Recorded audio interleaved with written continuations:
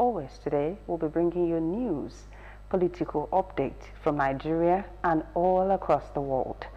And our first story today is about the Deputy Speaker of the House of Representatives, Benjamin Kalu, has hinted that the first draft report of the ongoing review of the 1999 Constitution will be ready in August 2024.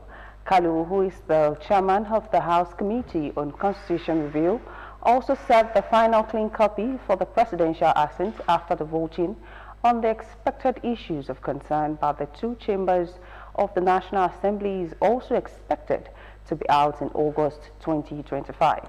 He said this at a press conference by the House Committee on Constitution Review. The committee, during its inauguration in Abuja on Monday, gave a 24-month timeline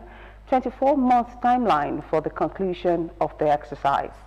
The second draft will be out in October 2024, just as the collection of input from citizens will start October 14, 2024, amidst preparation for the last version or the last draft copy of the Constitution.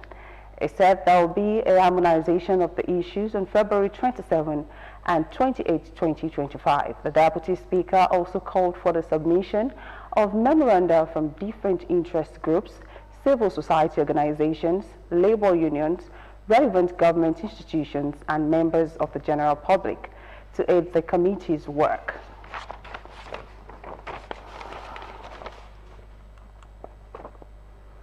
Nobel laureate Professor Wole Soyinka has called for restructuring as a way to ensure self-sufficiency and sustainable development.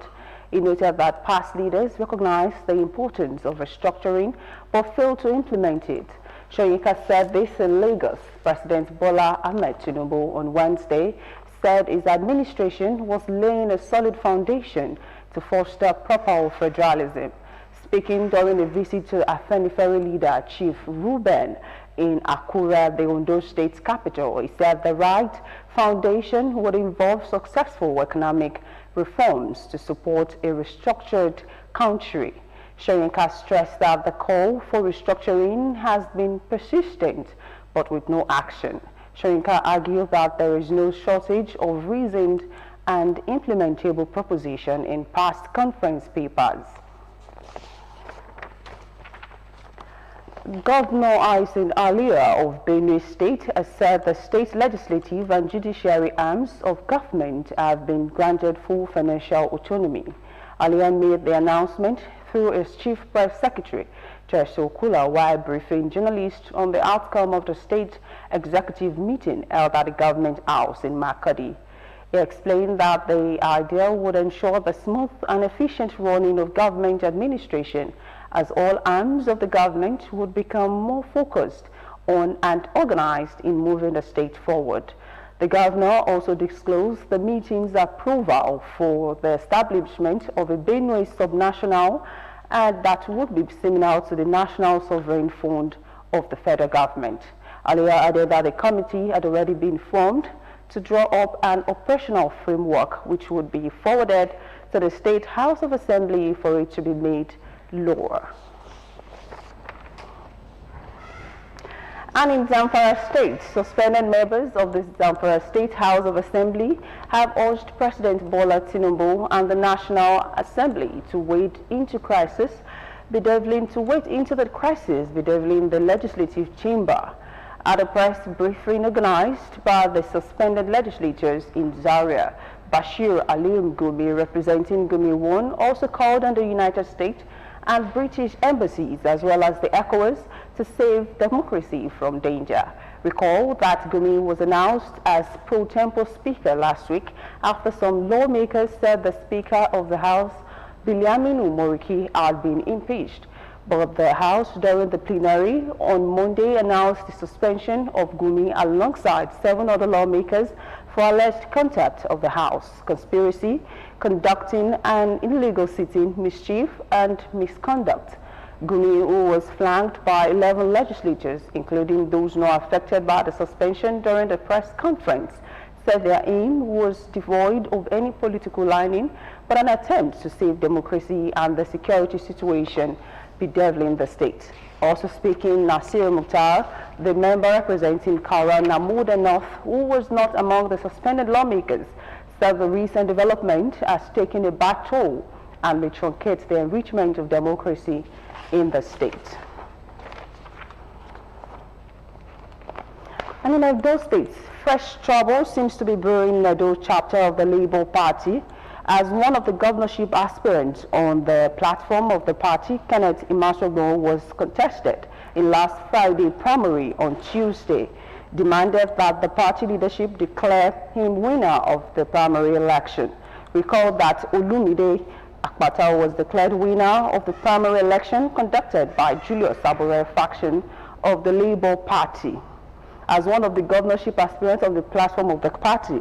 However, the Lamidi Apapa faction had on February 22nd written to the Independent National Electoral Commission that Anderson Semuta and Monde Moa were the Labour Party governorship candidates and running mate respectively in the state.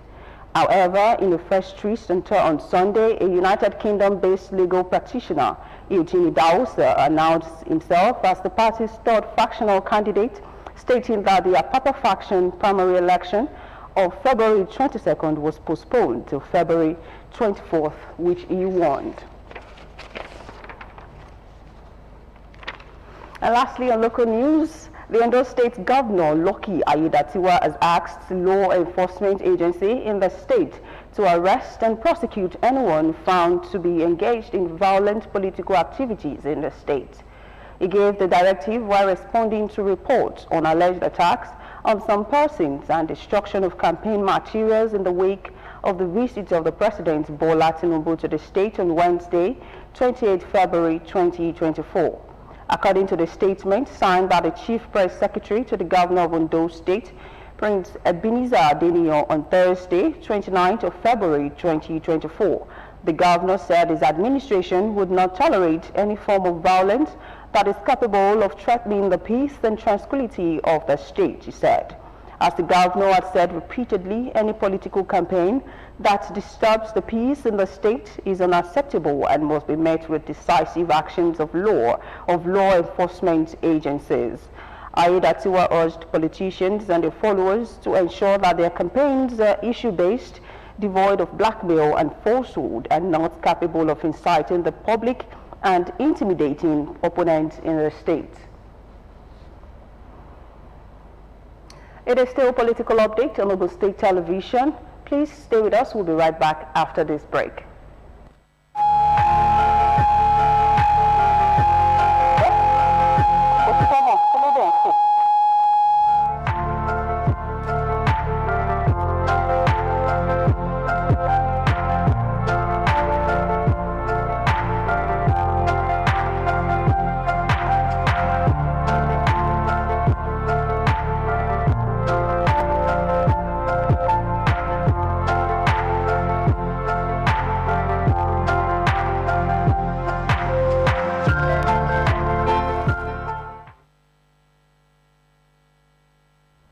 Thank you for staying with us in Political Update. And now to foreign update on politics.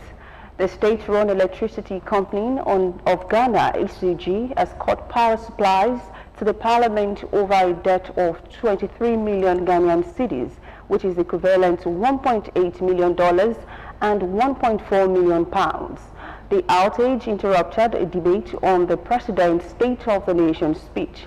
A video shared by local media shows MPS in the dimly lit chamber chanting "Damso, Damso," which means power outage in the local Akan language.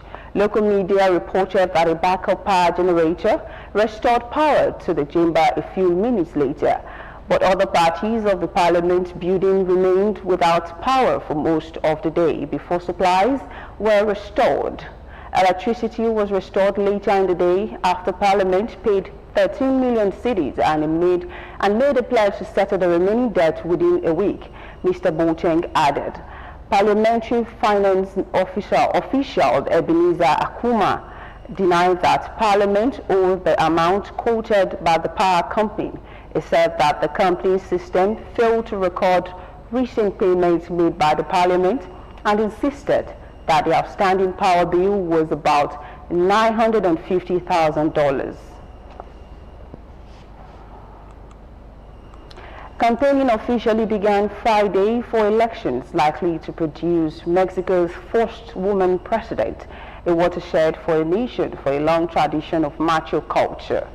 Opposition candidate Xochitl Galvez launched a campaign after the stroke of midnight in one of Mexico's most dangerous states, seeking to tap into voters' concerns about the country's rampant violence.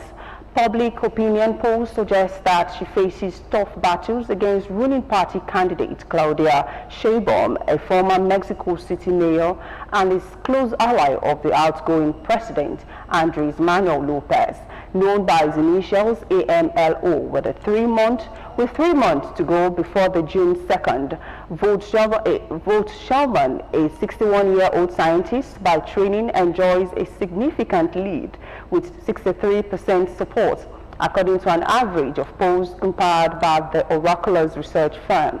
Galvez, also 61, has 31% support, while George Alvarez, 38, of the Citizens Movement Party, is a distant third with just 5% polls show.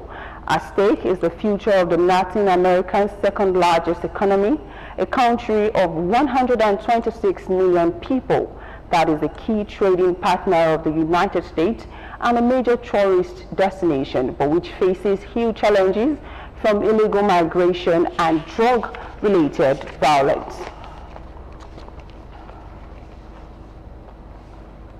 Voting is underway in Iran as the country holds its first election since the 2022 anti-government protest.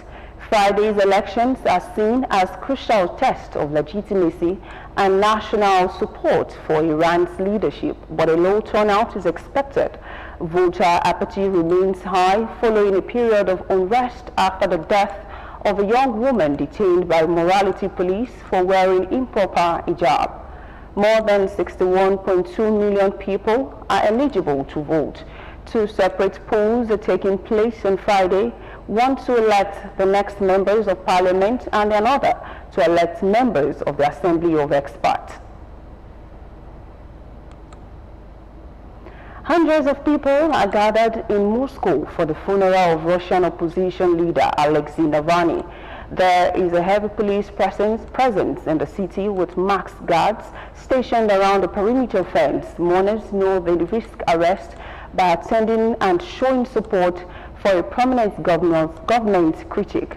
A number of foreign dignitaries, including the U.S. ambassador, have been seen near the church.